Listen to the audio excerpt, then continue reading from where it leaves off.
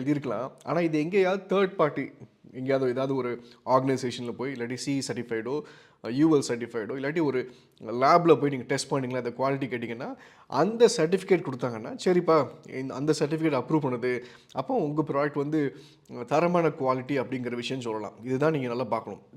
இதுதான் ஒரு பொருள் வாங்கும்போது நம்ம யோசிக்கும். இது வந்து இந்த சர்டிஃபை இருக்கா, இந்த ஆத்தரைசேஷன் சைன்ட் ஆகிருக்கா அப்படிங்கிறத பார்க்கணும் ஆக்சுவலாக. இப்போ இதே தான் நீங்கள் முகமது நபிகிட்ட போய் கேட்குங்க, முகமது நபி நீங்கள் வந்து நபின்னு சொன்னீங்க, உங்களை யார் நபின்னு சொன்னான்னு அவர் சொல்லுவார் குரான் சொல்லுது அப்படிங்காரு. சரி குரானில் யார் சொன்னா அப்படின்னு கேட்டால் அல்லாஹ் சொன்னார் அப்படிங்கிறார் ஆக்சுவலாக. சரி அல்லாஹ் தான் கடவுள் என்பது யார் சொன்னான்னு கேட்டால் குரான் சொல்லுது அப்படிங்காரு. சரி குரானில் தான் நபி என்பது சொல்லப்பட்டு கேட்டால் ஆமாம் நான் தான் நபி. அப்போ என்னென்ன ஆகுது பார்த்திங்கன்னா, எப்படி இந்த ஒரு ப்ராடக்ட்டும் ஒரு ப்ரௌசரும் ஒரு கம்பெனியும் இருக்கோ, முகமது நபியும்